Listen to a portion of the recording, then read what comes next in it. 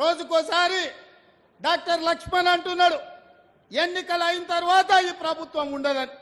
నేను అడగదలుచుకున్న డాక్టర్ లక్ష్మణ్, అయ్యా నీ దగ్గర ఉన్నది 8 ప్రభుత్వాన్ని ఎట్లా ఏర్పాటు చేస్తావు చెప్పని నేను అడుగుతున్నాను.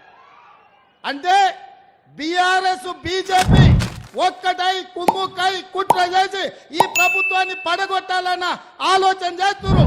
అందుకే బీఆర్ఎస్ ఎమ్మెల్యేలు చాలా మంది అన్న ఇందిరమ్మ రాజ్యం ఉండాలి, ఇన్నేళ్లు మేము ఆ పార్టీలు ఉన్నా ఒక్కరోజు కూడా ముఖ్యమంత్రి మా గల్వలే, మా మాట వినలే, ఆయన ఎట్లుంటాడో మేము చూడలేదు. కానీ మీ ప్రభుత్వం వచ్చిన తర్వాత మీ మంత్రులు సచివాలయంలో ఉండరు, మీరు ఇంటికి వచ్చినా కలుస్తున్నారు, సచివాలయంలో కలుస్తున్నారు, పేదల్ని కలుస్తున్నారు, కార్యకర్తల్ని కలుస్తున్నారు, ఆడబిడ్డల్ని కలుస్తున్నారు, అధికారులను కలుస్తున్నారు, సమీక్షలు చేస్తున్నారు, అభివృద్ధి చేస్తున్నారు. 5 ఏళ్లు మీ ప్రభుత్వాన్ని కాపాడే బాధ్యత మాది అని బీఆర్ఎస్ ఎమ్మెల్యేలు వచ్చి అందరు నాకు కలిసి చెప్పిపోతున్నారు.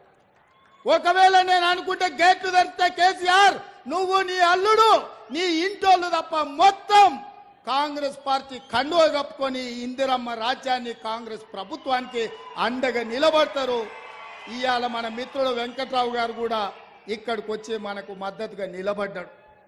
అంటే మేము మర్యాదపూర్వకంగా రాజకీయ నీతిజ్ఞతో ఇవాళ రాజకీయాలు చేయాలనుకుంటున్నాం. మీరు మా ప్రభుత్వాన్ని పడగొట్టాలనే కుట్ర మోడీ కేడీ కలిసి చేస్తే చూస్తూ ఊరుకుంటామని అనుకోకండి. మాకు తెలుసు, లోతు తెలుసు, ఎత్తు తెలుసు, పెడితే ఎక్కడికి వెళ్ళుద్దో కూడా తెలుసు బిడ్డ మాకు. అనుకుంటురేమో మీరు అల్లా తప్పకు వచ్చిండు అయ్య పేరు చెప్పుకుండాని. బిడ్డ నల్లమల నుంచి తొక్కుకుంటా ప్రగతి భవన్ లో బద్దలు కొట్టి నిన్ను బజార్లకు ఇడిచి ఇందిరమ్మ రాజ్యం కాంగ్రెస్ ప్రభుత్వాన్ని తీసుకొచ్చినాం. అందుకే చివరిగా ఒక్క మాట చెప్పదలుచుకున్నా, మాతో గోక్కోవద్దు బిడ్డ, గోక్కున్నాడు ఎవడు బాగుపడాలి. చాలా మంది ఇట్లా అనుకున్నారు, ఎన్నికల కంటే ముందు కాంగ్రెస్ ఏడుందని అన్నారు. ఇలా సన్నాసులకు చెప్తున్న మనుగూరు వచ్చి చూడు కాంగ్రెస్ ఏడుందో చెప్తారు. ఈ వేదిక మీద చూడుని, గా కింద మా కార్యకర్తల్ని చూడుని. మా కార్యకర్తల సప్పులకు మీ గుండెలు వగిలి సావాలి బిడ్డ. మీరందరూ ప్రత్యక్ష సాక్షులు. ఇవాళ ముఖ్యమంత్రి గారు ఏం చెప్పిండండి, కేసీఆర్ కొత్త వరకు మాఫీ చేసిండు, ₹1,00,000 రుణం మీకు మాఫీ అయింది కాబట్టి ఉరుకున్నారు, మీరు బ్యాంకులకు పరిగెత్తుండ్రి, మీరు లగెత్తిపోయి మళ్ళీ 2 లక్షలు తెచ్చుకోండి. డిసెంబర్ 9 నాడు మొత్తం మాఫీ. డిసెంబర్ 9 ఎన్ని రోజులు అయిందండి, 4వ మాసాన్ని నడుస్తా ఉంది ప్రభుత్వం వచ్చి. ఈ డ్రామాలు కాదు కదా. When December 9 has gone, mister chief minister, where are you sleeping? I'm asking you. ఎప్పుడు పోయింది డిసెంబర్ 9? మీ ఇష్టం వచ్చిన సొల్లు పురాణం వాగ్దానాలు చేసి ప్రజలను గోల్మాల్ దింపి జస్ట్ 1.8% ఓట్లతో మీరు గట్టెక్కి మీరు ప్రభుత్వానికి వచ్చినారు. మిమ్మల్ని ఎట్లా వదిలిపెడతాం అనుకుంటారు? మేము తరుముతాం, ఇప్పుడు నిద్ర కూడా పోనీయం. ఇలా ఏమైతున్నది, బ్యాంక్ కూడా వచ్చి డైరెక్ట్గా చెప్తున్నాడు, అమాయక రైతులు వాళ్ళు తెలియక వాళ్ళు మాట్లాడుతున్నారు. సార్ రేవంత్ రెడ్డి చెప్పింది కదండి డిసెంబర్ 9 మాఫీ చేస్తామంటే, రేవంత్ రెడ్డి బీవంత్ రెడ్డి జాంతానని నువ్వు కట్టాలి బిడ్డ, దాన్ని మాకు సంబంధం లేదు, ఈమన్ ప్రభుత్వాన్ని ఈమన్ డబ్బులు ఈమన్ చెప్పినారు. మాకు ఈమన్ అండి, మేము వసూలుకు రాము అని నోటీసులు ఇచ్చి వాళ్ళని సతాయిస్తా ఉన్నారు. ఇప్పుడు ఏమైంది, మీరు రైతు బంద్ వేయలేదు, ప్రైవేట్ అప్పులు తెచ్చుకున్నారు, ప్రైవేట్ వడ్డీలకు పోయినారు, అట్ట కొంత నాశనం అయినారు. ఇలా బ్యాంక్ కూడా మళ్ళీ ఇచ్చే పరిస్థితి లేదు, పంట వేసుకుందామంటే ఇప్పుడు ఏం కావాలి వాళ్ళ గతి, ఏమైతే రైతుల గతి? మీకు ఆలోచన ఉన్నదా? కనీసం ప్రభుత్వంలో థింకింగ్ అనే చేస్తున్నారా? మీకు ఆ బరువైన హృదయం అని ఉన్నదా? అంత విశాలంగా ఆలోచిస్తున్నారా?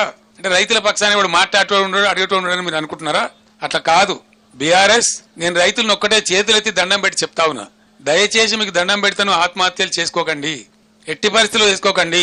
మీ కేసీఆర్ మీ బీఆర్ఎస్ మీ పరంగా రణరంగమైన సృష్టిస్తుంది, యుద్ధం చేస్తుంది. ప్రధాన ప్రతిపక్షంగా మాకు బాధ్యత మీరు ఇచ్చినారు, మేము నిద్రపోము, ఊరుకోము. 2-3 నెలలు టైం ఇవ్వాలి, ఎందుకంటే మాకు పుండాకోరు వ్యవహారం అవుతుంది. ఓర్వలేనితనం లెక్క వాడైతే గెలవంగానే వీళ్ళు మొదలుపెట్టిన దుకాణం ఓర్వలేకపోతున్నారు అని అంటారు. కాబట్టి నేను 4వ నెల దాకా నా 4 కూడా తెరవలే.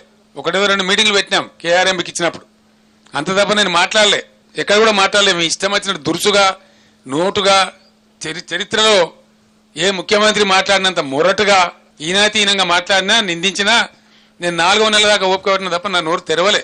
ఇలా లక్షల ఎకరాల పంట ఎండిపోతా ఉంటే చూస్తూ ఊరుకోలేం. కాబట్టి నేనే స్వయంగా చూద్దామని వచ్చిన. ఎమ్మెల్యేలు ఇతర నాయకులు తిరిగి చెప్తా ఉంటే ఒక అదే కాదా అన్ని పోయినాయి. మీరు ఎన్ని వాగ్దానాలు ఎగబెడతాం అనుకుంటున్నారా? మీరు వాగ్దానాలు ఎగబెట్టి అందరం ఊరేదాం అనుకుంటున్నారా? పండనీయం బిడ్డ జాగ్రత్త, మిమ్మల్ని చేస్తాం, పరిగెత్తిస్తాం ఎక్కడికక్కడ.